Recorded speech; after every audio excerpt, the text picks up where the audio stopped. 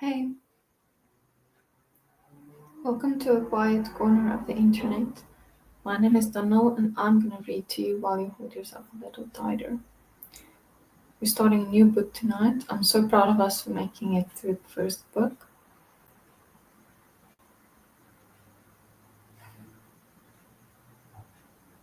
We're going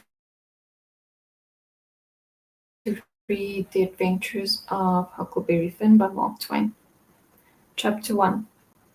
You don't know about me without you have read a book by the name of The Adventures of Tom Sawyer, but that ain't no matter. That book was made by Mr. Mark Twain, and he told the truth, mainly. There was things which he stretched, but he mainly told the truth. That is nothing. I never seen anybody but lied one time or another. Without it was Aunt Polly, or the widow, or maybe Mary. Aunt Polly, Tom's Aunt Polly, she is Aunt Mary, and the widow Douglas is all told about in that book, which is mostly a true book with some stretches, as I said before. Hi, welcome. I'm so happy that you're here.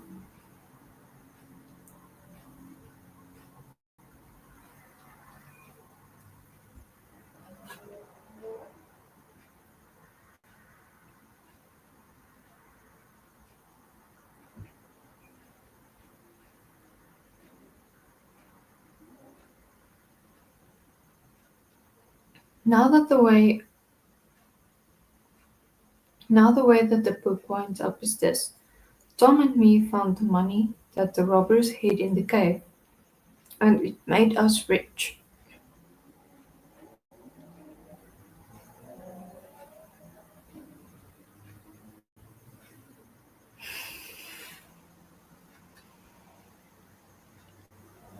We got $6,000 apiece, all gold. It was an awful sight of money when it was piled up. Well, Judge Thatcher, he took it and put it out at interest, and it fetched us $1 a day apiece all the year round. More than a body could tell what to do with. The widow Douglas, she took me for her son, and allowed she would civilize me, but it was rough living in the house all the time, considering how dismal, regular, and decent the widow was in all her ways. And so when I couldn't stand it no longer, I lit out. I got into my old rags and my sugar hogshead again, and was free and satisfied. But Tom Sawyer he hunted me up and said he was going to start a band of robbers, and I might join if I would go back to the widow and be respectable, so I went back. The widow she cried over me, and called me a poor lost lamb, and she called me a lot of other names too, but she never meant no harm by it.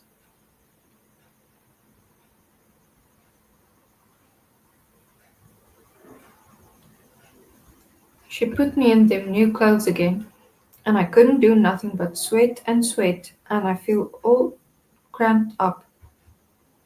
Well then, the old thing commenced again. The widow rang a bell for supper, and you had to come to town. When you got to the table, you couldn't go right to eating, but you had to wait for the widow to tuck down her head and grumble a little over the victuals, though there weren't really anything the matter with them. That is, nothing, only everything was cooked by itself. In a barrel of odds and ends it is different. Things get mixed up and the juice kind of swaps around and the things go better. After supper she got out her book and learned me about Moses and the bulrushers, and I was in a sweat to find all about him. But by the by she let it out that Moses had been a dead considerable long time. So then I didn't care no more about him, because I don't take no stock in dead people. Pretty soon I wanted to smoke and asked the widow to let me, but she wouldn't. She said it was mean practice and wasn't clean, and I must try not to do it anymore. That is just the way with people, isn't it? Here she was bothering about Moses, which was no king to her, and no use to anybody seeing being gone. You see, yet finding a power of fault with me doing a thing that had some good in it, and she took snuff too. Of course that was all right, but she'd done it herself. Her sister, Miss Watson, a tolerable slim old maid with goggles on, had just come to live with her, and took a set at me now with a spelling book. She worked me middling hard for about an hour, and then the widow made her ease up. I couldn't stood it much longer. Then for an hour it was deadly dull, and I was fidgety. Miss Watson would say, "Don't put your feet up there, Huckleberry, and don't scrunch up like that, Huckleberry. Sit up straight." And pretty soon she would say, "Don't gap and stretch like that, Huckleberry. Why don't you try to behave?" Then she told me all about the bad place, and I said I wished I was there. She got mad then, but I didn't mean no harm. All I wanted was to go somewheres. All I wanted was a change. I weren't particular. She said it was wicked to say what I said. Said she wouldn't say it for the whole world. She was going to live so as to go to the good place. Well, I couldn't see no advantage in going where she was going, so I made up my mind I wouldn't try for it. But I never said so because it would only make trouble and wouldn't do no good. Hello, Zay! Yay! Welcome, welcome. I'm so happy that you're here. I'm so happy, happy, happy. Yay! It goes fine, hey? It goes okay. We're really tired and Ori is sick. But I'm doctoring him, I'm nursing him. He's gonna get better. And with you?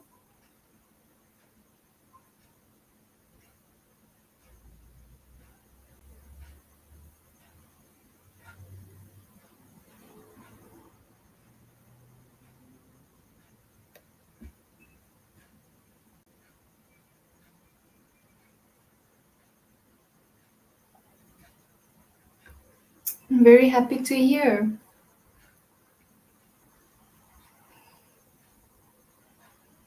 Yes.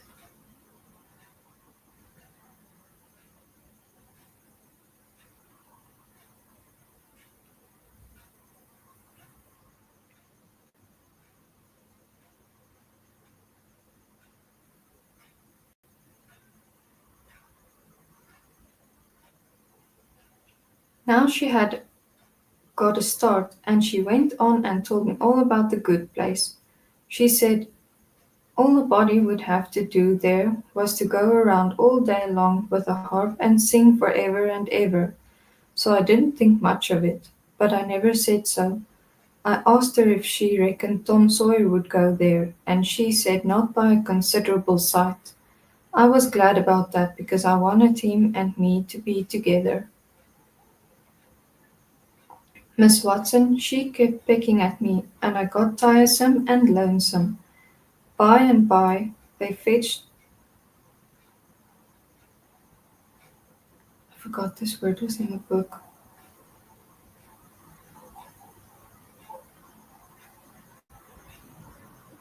She fetched the people in and had prayers, and then everybody was off to bed. I went up to my room and with a piece of candle and put it on the table. Then I sat down a chair by the widow and tried to think of something cheerful, but it warn't no use. I felt so lonesome I most wished I was dead. The stars were shining and the leaves rustled in the woods ever so mournful, and I heard an owl away off, hoo-hooing about somebody that was dead, and a whoopalo and a dog crying about somebody that was going to die, and the wind was trying to whisper something to me, and I couldn't make out what it was, and so it made the cold shivers run over me. Then away out in the woods I heard that kind of a sound that a ghost makes when it wants to tell about something that's on its mind and can't make itself understood, and so can't rest easy in its grave, and has to go about the way every night grieving. I got so downhearted and scared, I wished I had some company. Pretty soon a spider went crawling up my shoulder, and I flipped it off, and it lit in the candle, and before I could budge it was all shriveled up. I didn't need anybody to tell me that that was an awful bad sign and would fetch me some bad luck, so I was scared and most shook the clothes off me.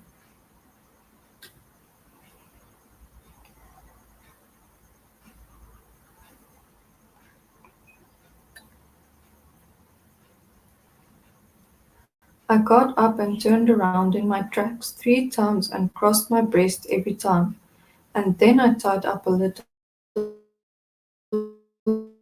lock of my hair with a thread to keep witches away. I hadn't no confidence. You do that when you have lost a horseshoe that you found, instead of nailing it up over the door. But I hadn't ever heard anybody say it was any way to keep off bad luck when you killed a spider.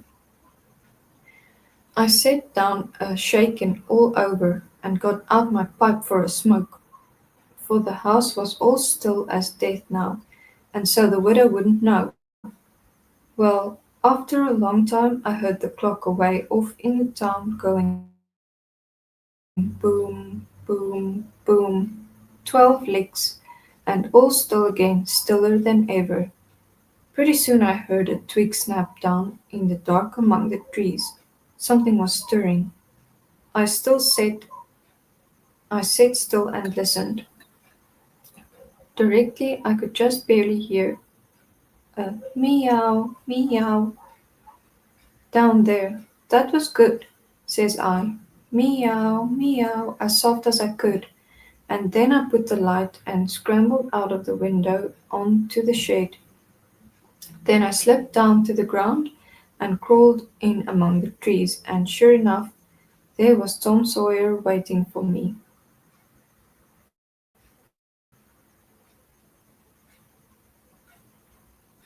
Chapter 2. We went tiptoeing along the path amongst the trees back towards the end of the widow's garden, stooping down so as the branches wouldn't scrape our heads. When we was passing by the kitchen I fell over a root and made a noise. We crouched down and laid still. Miss Watson's servant named Jim was sitting in the kitchen door. We could see him pretty clear because there was a light behind him. He got up and stretched his neck out about a minute listening. Then he says, "Who da?" He listened some more. Then he came tiptoeing down and stood right between us. We could have touched him nearly. Well, likely it was minutes and minutes that there weren't a sound, and we all there so close together. There was a place on my ankle that got to itching, but I dasn't scratch it, and then my ear began to itch, and next my back, right between my shoulders. Seemed like I'd die if I couldn't scratch.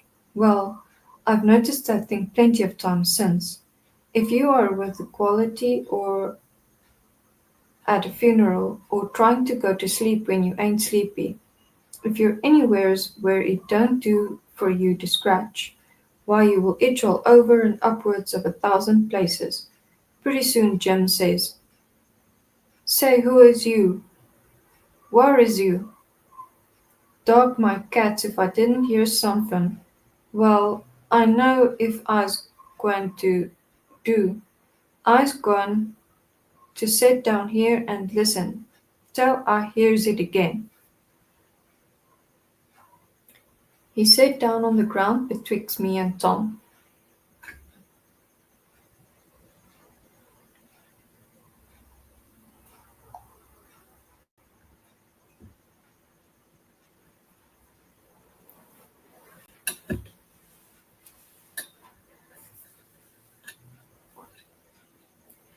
He leaned his back up against the tree and stretched his legs out till one of them most touched one of mine.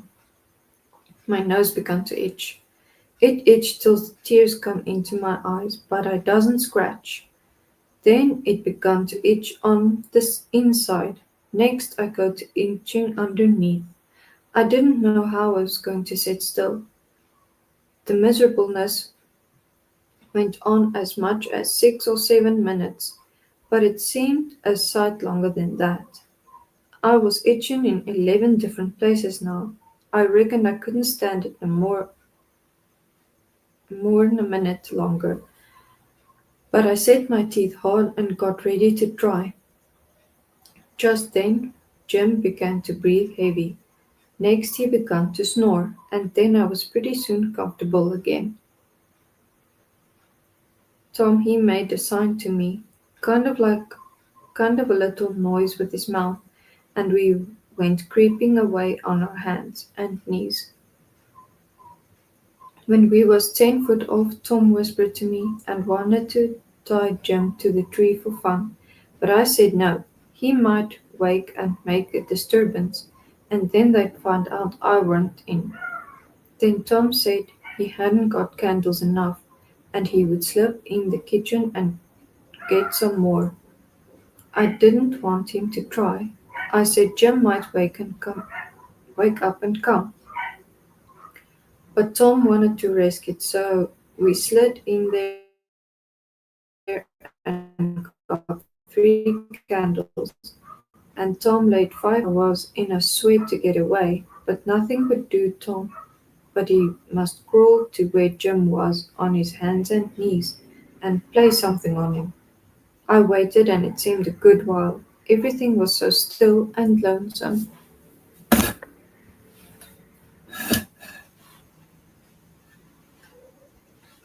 As soon as Tom was back, we cut along the path around the garden fence, and by fetched up on the steep top of the hill the other side of the house.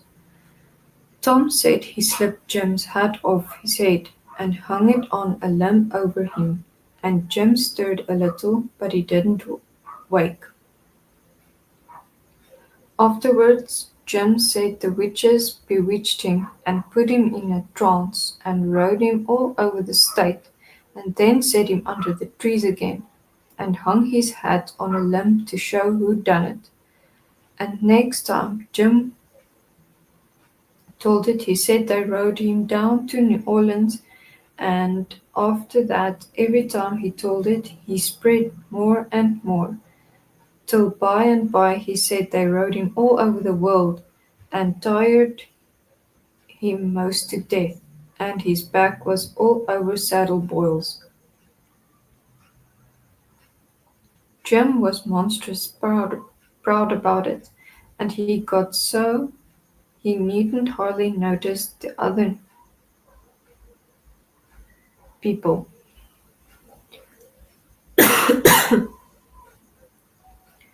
People would come miles to hear Jim tell about it, and he was more looked up to than any other servant in that country. Strange people would stand with their mouths open and look him all over, as if he was a wonder.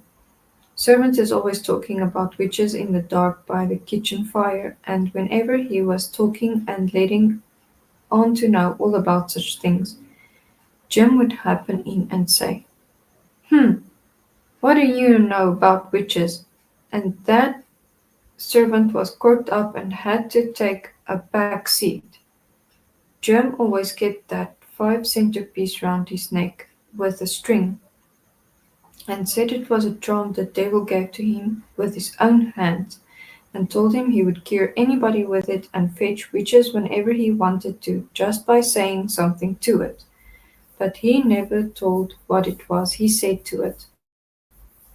Servants would come from all around there and give Jim anything they had, just the sight of that 5 center piece, but they wouldn't touch it because the devil had his hands on it. Jim was most ruined for a servant because he got stuck up on account of having seen the devil and been rode by witches. Well, then Tom and me got to the edge of the hilltop.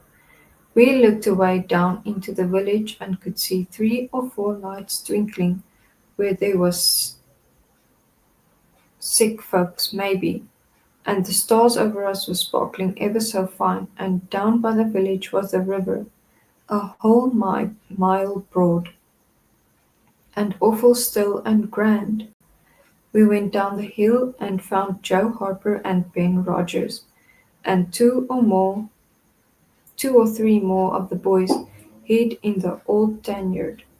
So we unhitched a skiff and pulled down the river 2 miles and a half, and the big scar on the hillside, and went ashore.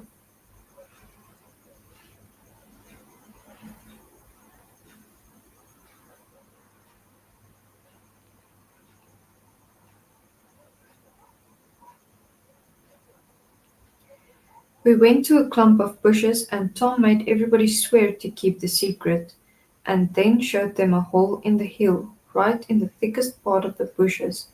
Then we lit the candles and crawled in our hands and knees. We went about 200 yards, and then the cave opened up. Tom poked about amongst the passengers and pretty soon ducked under a wall where you wouldn't a noticed that there was a hole. We went along a narrow place and got into a kind of room, all damp and sweaty and cold, and there we stopped. Tom says, "Now we'll start a band of robbers and call it Tom Sawyer's Gang. Everybody everybody that wants to join has got to take an oath and write his name in blood." Everybody was willing, so Tom got out a sheet of paper that he had wrote and the oath on and read it.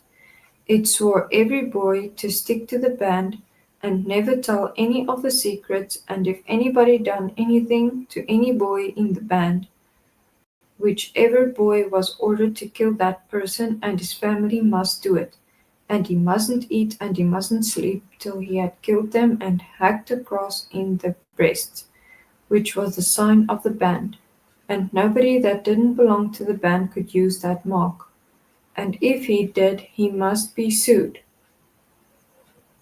and if he done it again he must be killed, and if anybody that belonged to the band told the secrets he must have his and then have his husband. So violent. I'm just gonna skip that.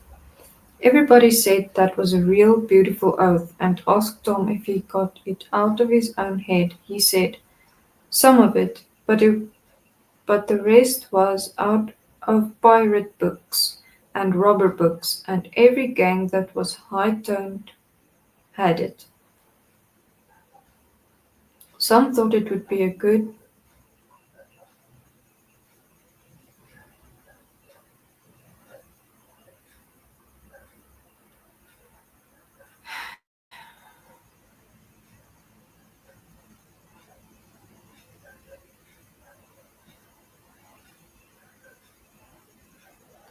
Here's Huck Finn, he ain't got no family. What you going to do about him?" "Well, ain't he got father?" says Tom Sawyer. "Yes, he's got a father, but you can't never find him these days. He used to lay drunk with the hogs in the tanyard, and he hain't been seen in these parts in a year or more. They talked it over, and they was going to rule me out, because they said every boy must have a family or somebody, and or else it wouldn't be fair and square for the others. Well, nobody could think of anything to do. Everybody was stumped and sat still. I was most ready to cry, but all at once I thought of a way, and I offered them Miss Watson. Everybody said, "Oh well, she'll do, that's all right. Huck can come in." Then they all stuck a pin in their fingers to get blood to sign with, and I made my mark on the paper. "Now," says Ben Rogers, "what's the line of business of this gang?" "Nothing, only robbery and murder," Tom said. "But who are we going to rob? Houses or cattle or—" "Stuff! Stealing cattle and such things ain't robbery, it's burglary," says Tom Sawyer. "We ain't burglars. That ain't no sort of style. We're highwaymen."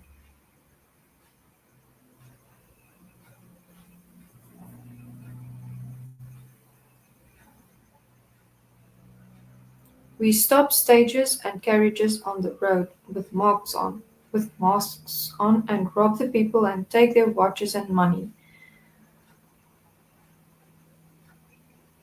Must we always kill people? Oh, certainly, it's best. Some authorities think different, but mostly it's considered.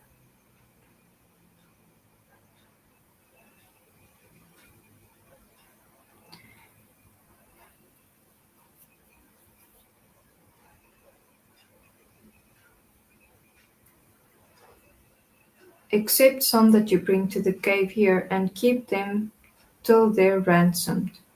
Ransomed? What's that?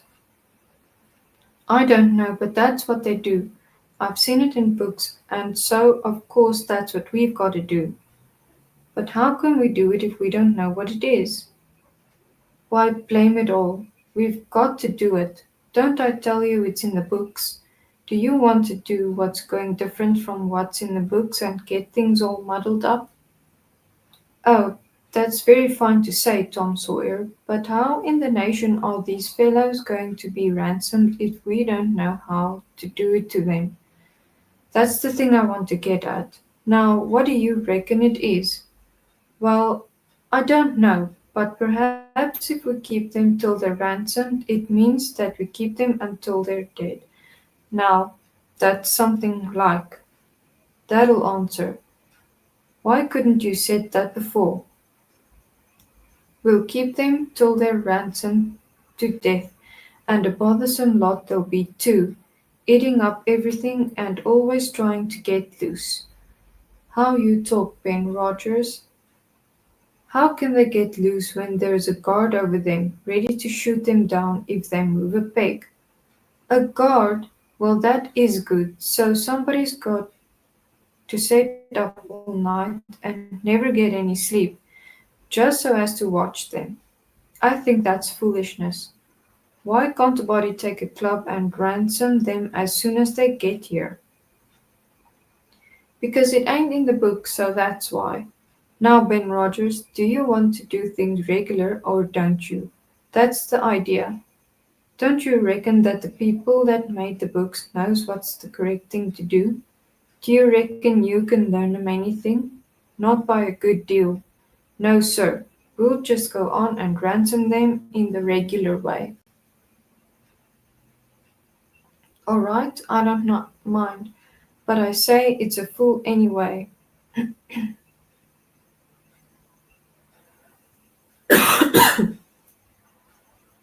Say, do we kill the woman too? Well, Ben Rogers, if I was as ignorant as you, I wouldn't let on. Kill the woman? No, nobody saw anything in the books like that. You fetch them to the cave and you're always as polite as pie to them, and by they fall in love with you and never want to go home any more. Well, if that's the way, I'm agreed, but I don't take no stock in it. Mighty soon we have a cave so cluttered up with women and fellows waiting to be ransomed that there won't be no place for the robbers. But go ahead, I ain't got nothing to say. Little Tommy Barnes was asleep now, and when they waked him up, He was scared and cried, and said he wanted to go home to his mom and didn't want to be a robber anymore. So they all made fun of him and called him a crybaby, and that made him mad. And he said he would go straight and tell all the secrets. But Tom gave him 5 cents to keep quiet and said he would all go home and meet next week. Ben Rogers said you couldn't get out much, only Sundays, and so he wanted to begin next Sunday. But all the boys said it would be wicked to do it on Sunday, and getting and that settled the thing. They agreed to get together and fix a day as soon as they could, and then we elected Tom Sawyer first captain and Joe Harper second captain of the game, and so started home. I climbed up the shed and crept into my window just before day was breaking. My new clothes was all greased up and clayey, and I was dog tired.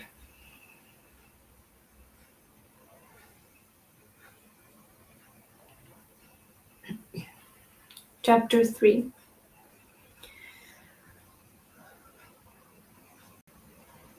Well, I got a good going over in the morning from old Miss Watson on account of my clothes, but the widow she didn't scold, but only cleaned off the grease and clay, and looked so sorry that I thought I would behave a while if I could.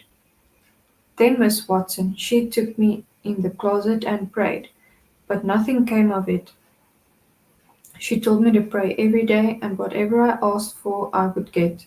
But it weren't so I tried it. Once I got a fish line but no hooks. It weren't any good to me without hooks. I tried for the hooks 3 or 4 times but somehow I couldn't make it work. By and by one day I asked Miss Watson to try for me, but she said I was a fool. She never told me why. I couldn't make it out no way. I sat down one time back in the woods and had a long think about it.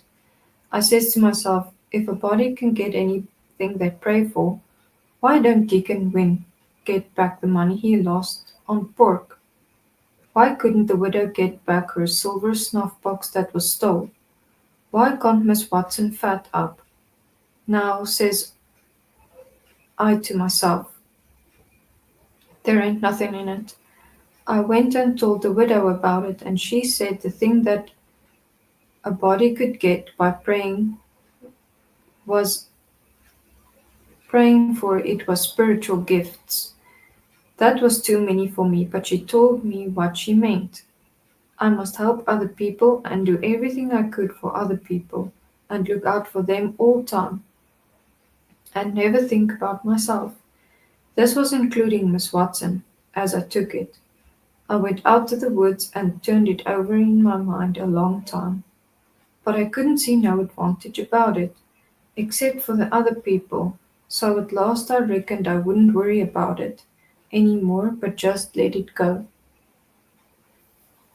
Sometimes the widow would take me one side and talk about Providence in a way to make a body's mouth water, but maybe next day Miss Watson would take me whole and knock it all down again. I judged I couldn't I judged I could see that there was two Providences and a poor chap would stand considerable show with the widow's Providence. But if Miss Watson's got him, there weren't no help for him any more. I thought it all out and reckoned I would belong to the widow if he wanted me, though I couldn't make out how he was a going to be any better off than that what he was before, seeing I was so ignorant and so kind of low down and ornery. Pop he hadn't been seen for more than a year, and that was comfortable for me. I didn't want to see him no more. He used to always wail at me when he was sober and could get his hands on me, though I used to take to the woods most of the time when he was around. Well, about this time he was found in the river drowned, about 12 mile about time, so people said. They judged it was him anyway, said this drowned man was just his size, and was ragged and had uncommon long hair, which was all like pop, but they couldn't make nothing out of the face because it had been in the water so long it weren't much like a face at all. They said he was floating on his back in the water.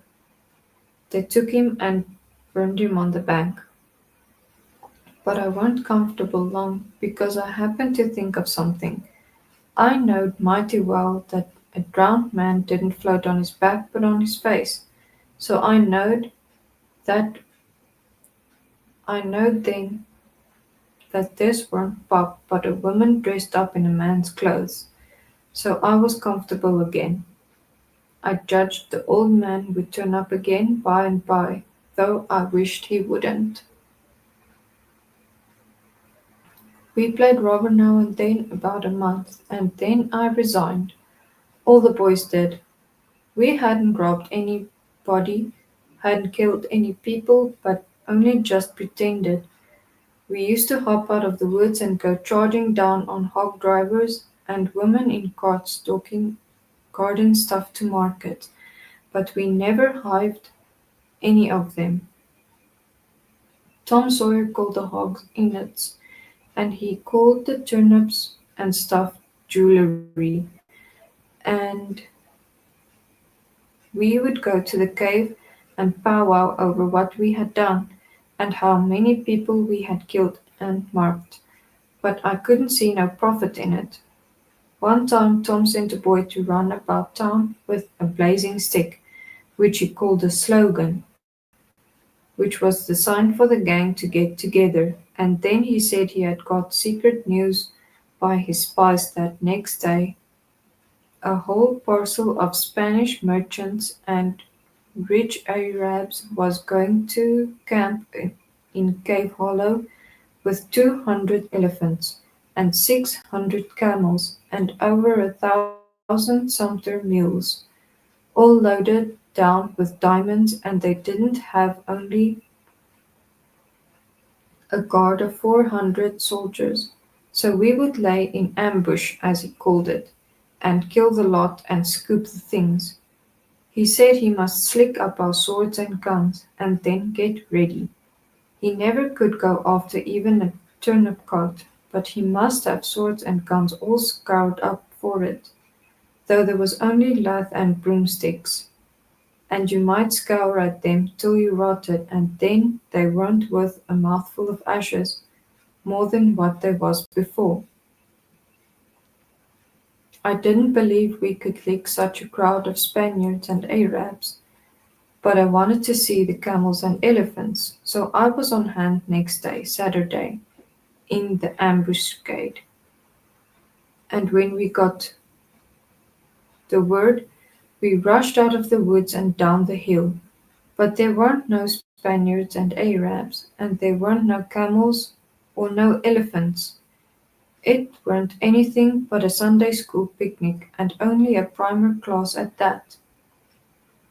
We busted it up and chased the children up the hollow, but we never got anything but some doughnuts and jam, though Ben Rogers got a rag doll, and Joe Harper got a hymn book and a tract, and then the teacher charged in and made us drop everything and cut.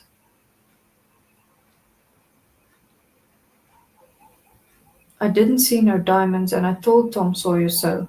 He said there was loads of them there, anyway, and he said there was Arabs there too, and elephants and things. I said, why couldn't we see them then? He said if I weren't so ignorant but had read a book called Don Quixote, I would know without asking. He said it was all done by enchantment. He said there was hundreds of soldiers there and elephants and treasure and so on, but we had enemies which he called magicians, and they had turned the whole thing into an infant Sunday school. just out of spite. I said, "All right." Then the thing for us to do was to go to the magician. Tom Sawyer said, as I was Tom Sawyer said I was a numbskull. "Why," said he, "a magician could call up a lot of genies, and they would hash you up like nothing before you could say Jack Robinson. They are as tall as a tree and big around as a church." "Well," I says, "suppose we got some genies to help us. Can't we lick the other crowd then?"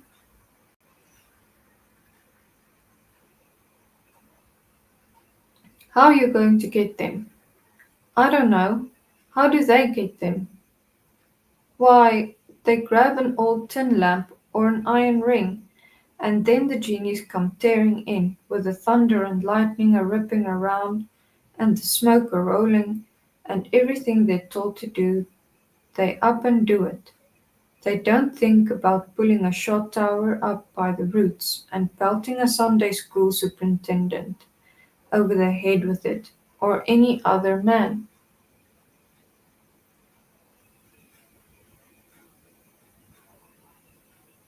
Who makes them rear around so?" "Why, whoever rubs the lamp or the ring. They belong to whoever rubs the lamp or the ring, and they go to do whatever he says. If he tells them to build a place 40 miles long out of diamonds and fill it full of chewing gum or whatever you want, then fetch an emperor's daughter from China for you to do it before sun up next morning too. And more, they've got to waltz that place around over the country, whatever you wanted. You understand?" "Well," says "I think they're a pack of flatheads for not keeping the palace themselves, instead of fooling them away like that. And that's more, and what's more, if I was one of them, I would see a man in Jericho before I would drop my business and come to him for the rubbing of an old tin lamp." "How you talk, Huck Finn! Why, you'd have to come when he rubbed it, whether you wanted to or not." "What? And I was as high as a tree and big as a church. All right then, I would come, but I lay I'd make that man climb the highest tree there was in the country." "Shucks, it ain't used to talk to you, Huck Finn. You don't seem to know anything, somehow. Perfect saphead." I thought this all over for 2 or 3 days and then reckoned I would see if there was anything in it. I got an old tin lamp and an iron ring, and went out in the woods and rubbed until I sweat like an Injun, calculating to build a palace and sell it. But it weren't no use. None of the genies come. So then I judged that all that stuff was only just one of Tom Sawyer's lies. I reckoned he believed in the Arabs and the elephants, but as for me, I think different. I had all the marks of a Sunday school.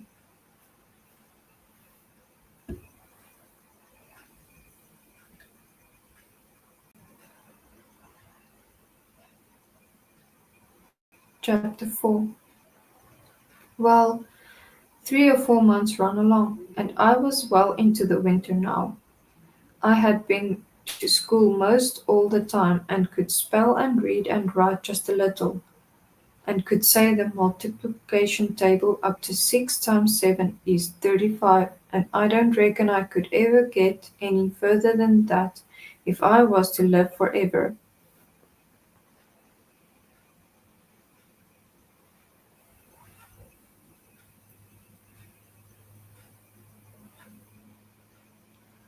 I don't take no stock in mathematics anyway. At first I hated the school, but by and by I got so I could stand it. Whenever I got uncommon tired, I played hooky, and the hiding I got the next day done me good and cheered me up. So the longer I went to school, the easier it got to be.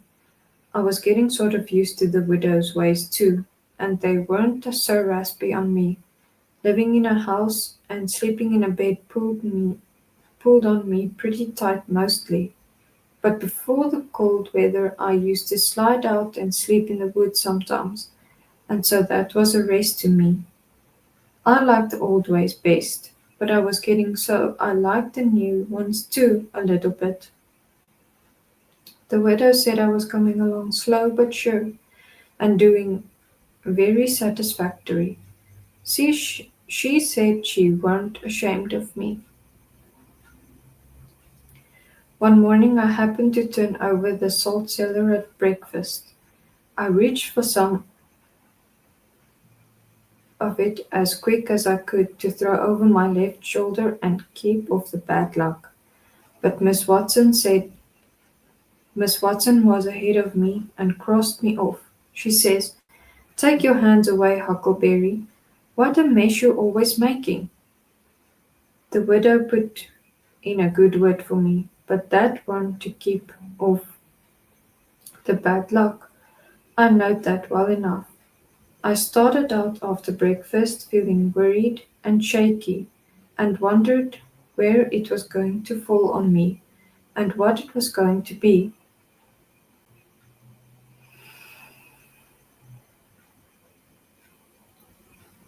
There is ways to keep off some kinds of bad luck, but this wasn't one of them kind.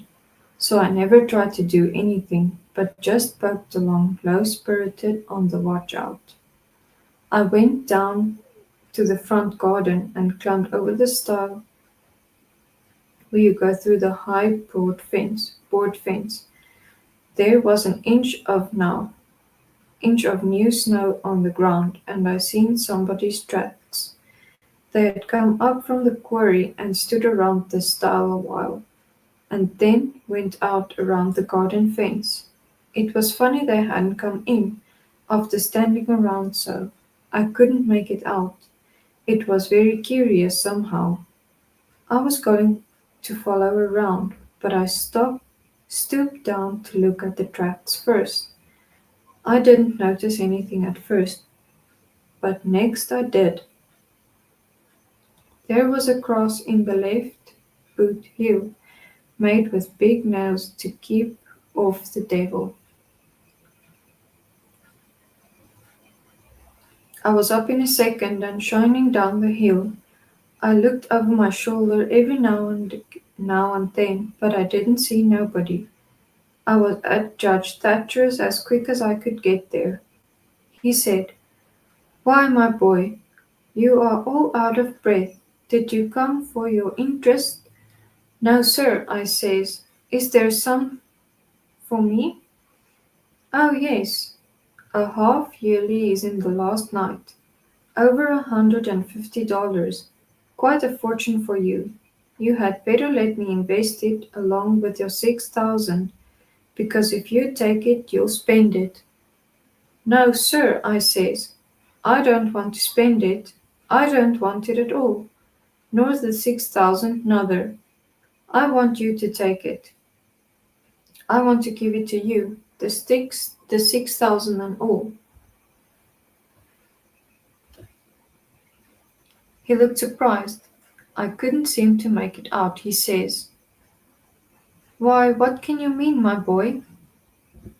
I says, "Don't you ask me no questions about it, please. You'll take it, won't you?"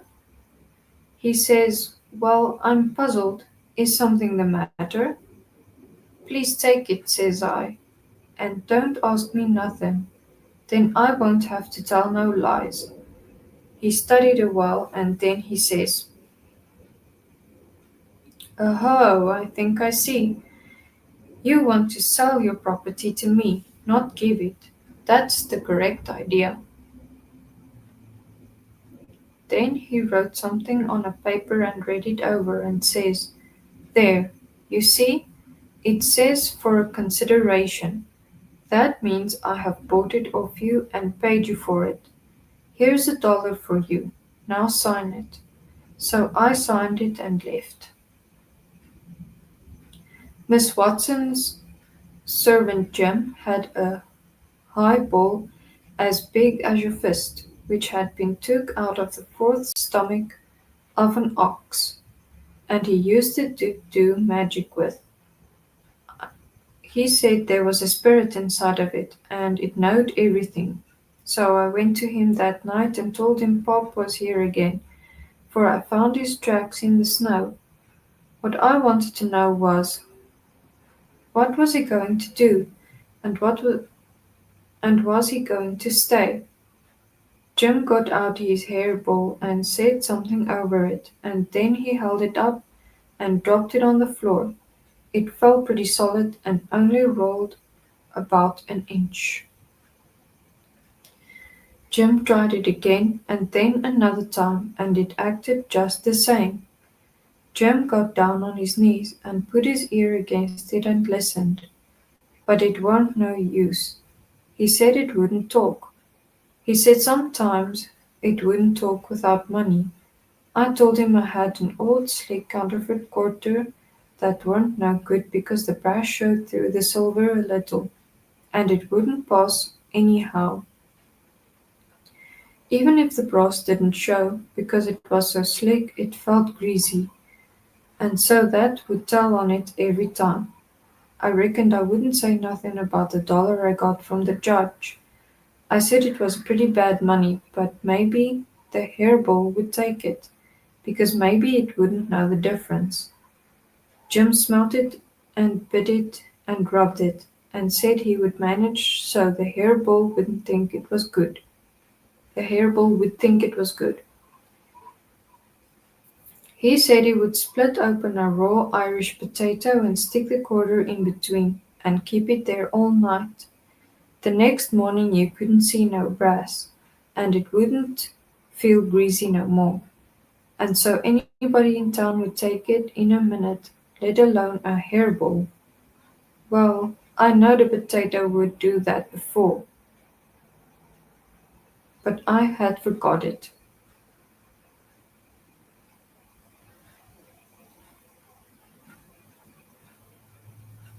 Jim put the quarter under the hairball and got down and listened again. This time he said the hairball was all right. He said it would tell my whole fortune if I wanted it to. I says, go on. So the hairball talked to Jim, and Jim told me. He says, your old father don't know yet what he's gonna do. Sometimes he spec he'll go away, and then again he spec he'll stay. The best way is to rest and easy and let the old man take his own way. There's two angels hovering round about him. One of them is white and shiny, and the other one is black. The white one gets him to do right a little while. Then the black one sail in and bust it all up. A body can't tell yet which one going to fetch him at the last. But you is all right. You're going to have considerable trouble in your life and considerable joy. Sometimes you're gonna get hurt and sometimes you're gonna get sick, but every time you're gonna get well again. There's two goals flying about you in life. One of 'em's light and the other one is dark. One is rich and the other is poor. You's going to marry the poor ones first and the rich one by and by. You wants to keep 'em from the water as much as you can, but don't run no risk. Case it's down in the bills that you's going to get hung. When I lit my candle and went up to my room that night, there sat Bob in his own self.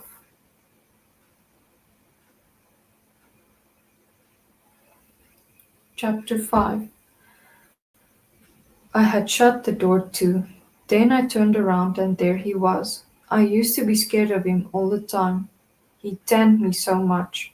I reckon I was scared now too. but in a minute I see I was mistaken, that is, after the first jolt, as you may saw, when my breath sort of hitched, he being so unexpected, but right away after I see I weren't scared of him worth bothering about.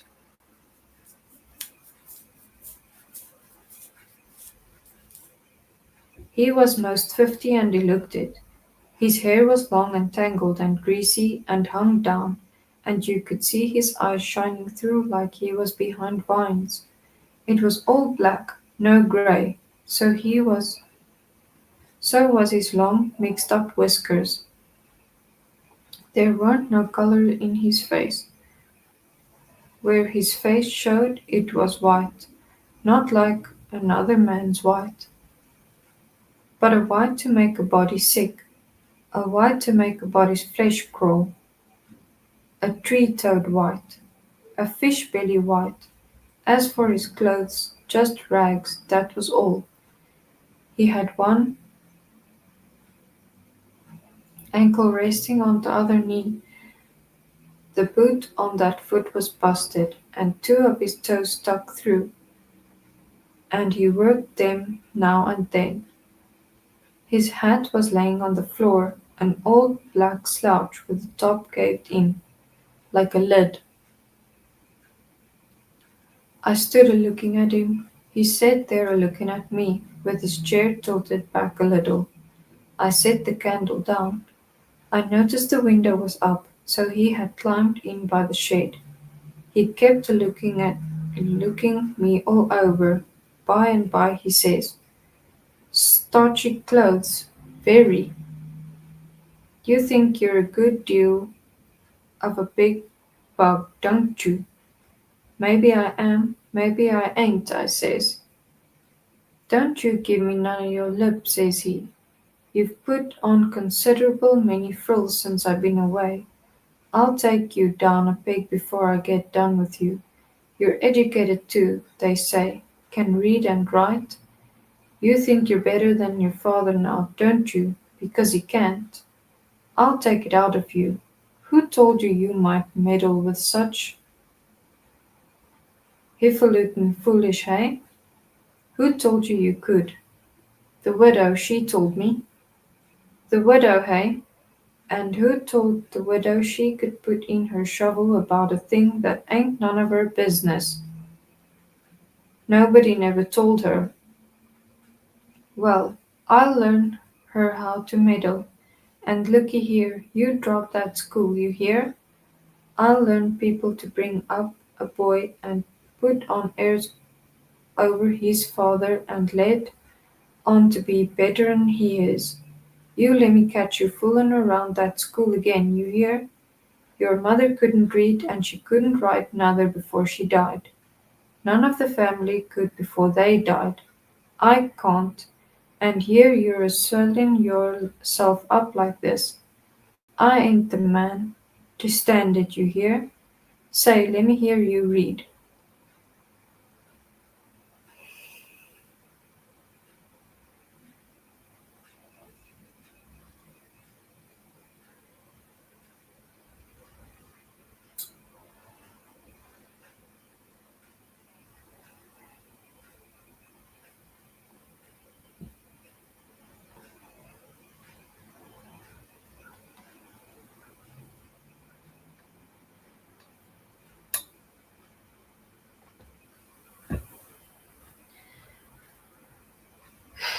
Thank you that we could sit together.